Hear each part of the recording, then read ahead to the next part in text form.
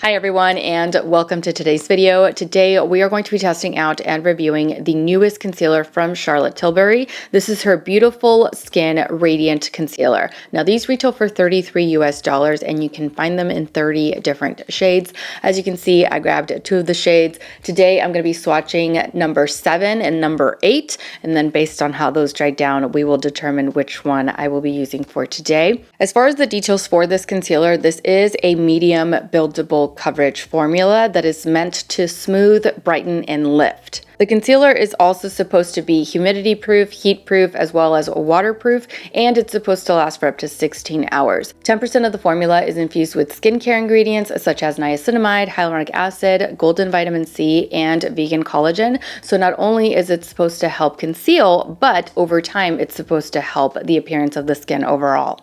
So let's get to it. Like I said, I have two of the shades. Let me swatch those. So we're going to start off with number 7. And that is what it looks like. This is supposed to have a neutral peach undertone. And this on the right is shade number 8, which is supposed to have a peach undertone. They both look quite similar, so I am going to wait for them to dry down before making my decision. So while I wait for that, I am going to be color correcting the right under eye. I am not going to be color correcting the left under eye. I want to see how much coverage we get with a corrector underneath this concealer and without a corrector placed underneath the concealer. Now, because these concealers do have a radiant, more hydrating finish, I'm going to be pairing it with my Charlotte Tilbury Magic Vanish Color Corrector. This one is in the shade number 2. It has more of a natural finish, so it's a lot lighter. It's not as like hydrating and emollient as my Beauty Pie Corrector or my Becca Corrector. So I think that this would work really, really nicely underneath this particular finish of a concealer. So just taking a little bit of the color corrector and just placing it right here. Again, I'm using shade number 2. This color corrector is not only really good at neutralizing the under eye darkness, but it's also very, very lightweight. So as soon as you're done with it, you don't even feel like you have anything underneath the eyes, which is great.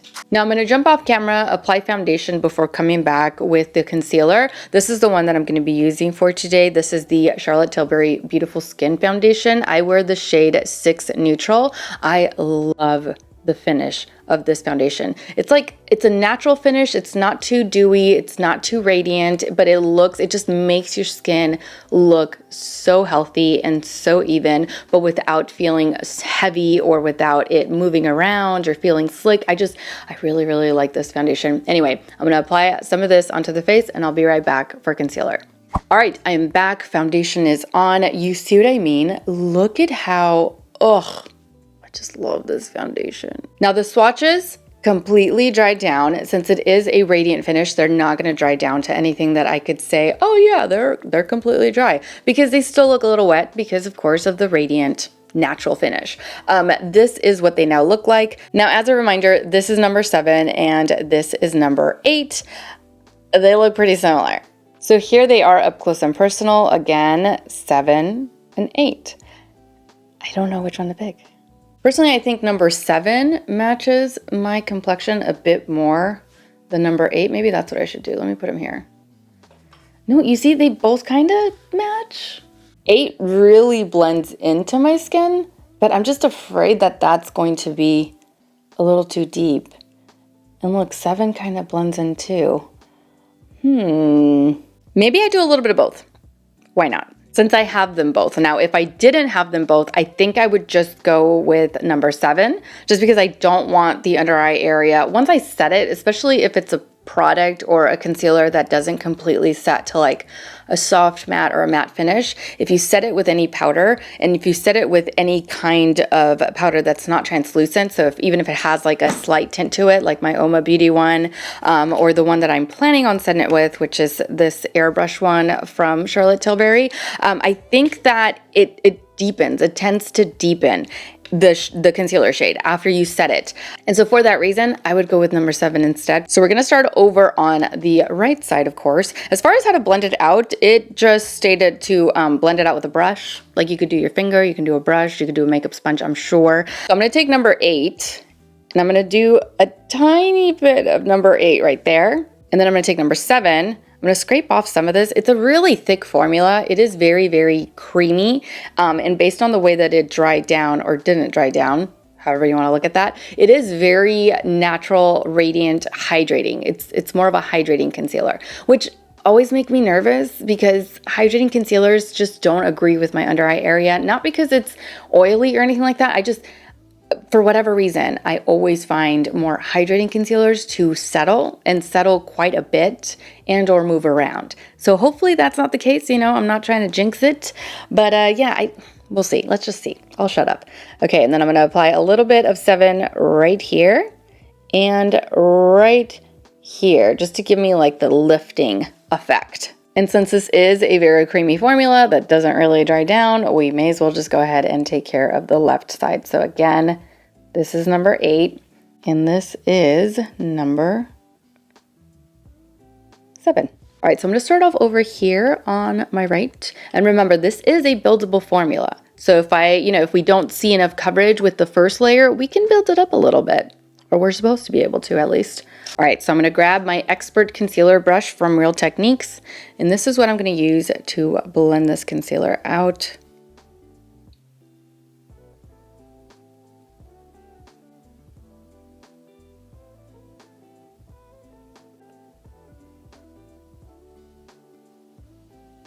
It looks really, really nice, but I think I am gonna add just a tiny bit more to the deeper area right here.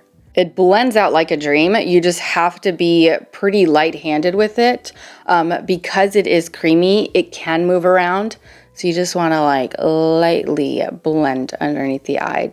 So now let's go in with a little bit. I do wanna brighten a little bit. So I'm gonna go in with a little bit more 7. And I'm just gonna place the tiniest bit right there.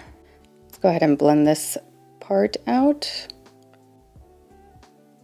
All right, so there it is, built up. I like it. It definitely is full coverage. I do think I have to set it right away though, because it just looks like it might move around on us just a little bit. So I am going to be using this to set. This is her Airbrush Flawless Finish powder, pressed powder. I have the shade number 2. So I'm just going to take a little bit of that using my soft blend brush from Sigma. This is the number 40 brush. Tap off the excess, and this is what I'm going to use to set. All right, now onto the left side.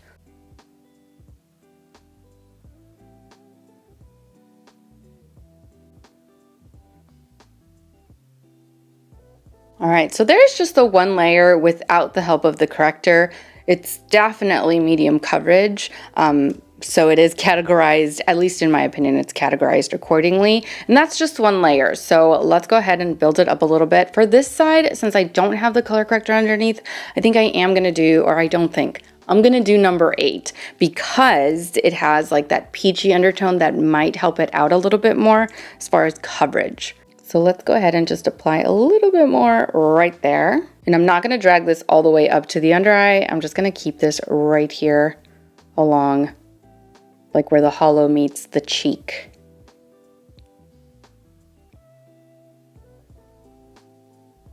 All right, very good. Now we're gonna set it same way we set the right.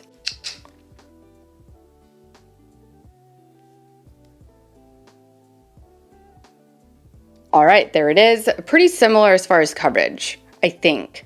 Maybe a little bit more on the right, but similar nonetheless. Let me zoom you guys in so that you can get a good up close look underneath the eyes after initial application. All right, so here's the under eye area. This is the side that we color corrected, and this is the side that we did not. I think they look pretty similar. All right, so there it is up close. I think, like I said, similar coverage. I think maybe this one is getting a little bit more than this one. I don't know. I'm gonna have to wait a few minutes and then just kind of look at myself again and reassess the situation underneath the eyes. Perhaps it is simply because of the powder that I used, because as you guys saw, there is some pigment in this powder, in this pressed powder. Very minimal, but you know, there is a little bit. So perhaps that's what's helping it out, but I don't know, I can't say yet for sure. Anyway, let me go ahead, take care of the rest of my makeup, and I will be right back. All right, I'm back. Makeup is done. So far, so good. Let's see how this wears. It is currently 12:10. Per usual, I always plan on wearing these concealers as long as I can. This is supposed to last for up to 16 hours. Let's see if it will last through like 8 or almost 9, which is what I'm planning on using it for today. So I'll come back in a few hours for a quick midday check-in, see how it's wearing up to that point, and of course, more close-ups under natural lighting. I'll see you guys back here in a few hours for a quick check-in. All right, I am back for a quick midday check-in. So far, I've put this concealer through quite a lot of sweat, heat, humidity. So I've put it through the ringer and it's only 4:42. So I've had this on for almost 5 hours. I have some projects that I'm working on around the house, but it requires me to go outside for like sanding or painting or whatever. And it's been hot. It's been really, really hot. So this is what the under eye area currently looks like. A little rough, right? Wouldn't you say? A little rough. It looks a little dry. It looks like it has kind of moved around a little bit. And it looks like it needs to be blended again. So I think that's what I'm gonna do. So I'm just gonna use the camera here to try to blend some of this away. I'm using the brush that I used in the morning at the beginning of the day for concealing the under eye, but I don't have anything like any additional product. It's just kind of like what's left over, but at this point it's pretty dry. So I'm just gonna blend it away, or blend it a little bit more so that it looks wearable at least. So I think that definitely helped it out. It looks a lot better. Now we're gonna do the same thing to the left side. As far as coverage, I do feel that both sides are getting similar amounts of coverage with this concealer. What do you guys think? All right, so there's that. Definitely looks a bit better than it did. I'm gonna continue to wear this for another 4 hours or so. My son has a soccer game.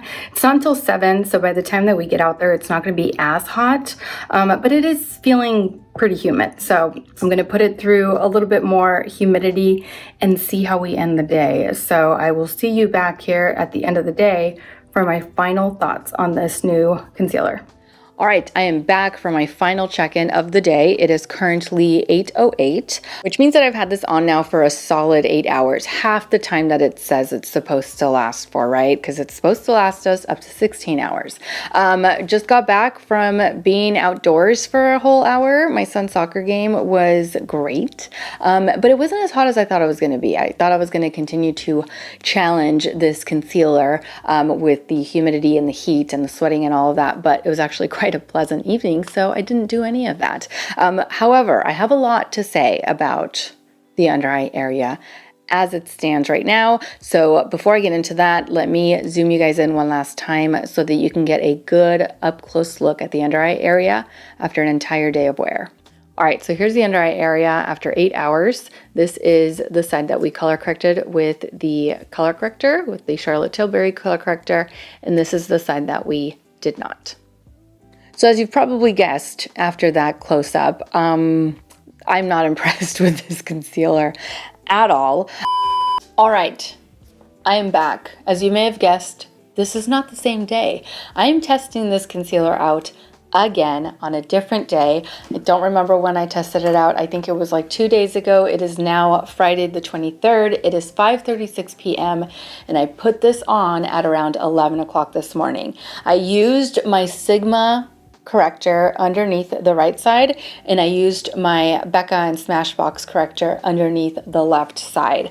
And I set both under eye areas with my Oma Beauty Trip and Smooth setting powder. I'm gonna zoom you guys in so that you can see what this looks like underneath the eyes with the new combinations. All right, so here's the close-up. This is the Sigma corrector. This is the Becca corrector. And like I said, both sides are set with the Oma Beauty setting powder. So there it is. I didn't want to call this completely done without testing it out again with 2 different correctors and a different setting powder. Now after doing that, I know that I'm probably not going to wear this one going forward. The foundation is great, and that one I will continue to reach for, but the concealer, the consistency on its own, it's just a little too thick for my liking. If you're looking to just brighten the under eye area and you're not really looking to conceal a whole lot underneath the eyes, this might be a great option because you only need a tiny amount. It is quite pigmented, but it doesn't last. And when you set it, it looks really dry. And when you don't set it, it settles into fine lines. Unless, like I said, you're planning on using a very minimal amount. But if you're looking to conceal the under eye area completely, like dark circles, and you have any kind of fine lines, it's going to settle if you build it up. And if you don't, you may not get as much coverage. So, you know, and of course, the finish is radiant, so if you don't like a radiant finish underneath the eyes, then that, of course, is going to be another issue. Maybe I'll use it for like blemishes, like the one that I've got going on right here, or if if I ever have anything going on along the forehead or anything like that, then I will perhaps reach for this one. But for the under eye area, and strictly for the under eye area, it's a no. All right, so that officially finishes this review. Thank you all so much for watching. I truly hope that you enjoyed this video review and that you found it helpful. Don't forget to subscribe to my channel so that you don't miss out on future videos. And also, don't forget to follow me over on Instagram, where I absolutely love to interact with you guys. As always, take care, and I will see you all in my next video. Mwah. Bye.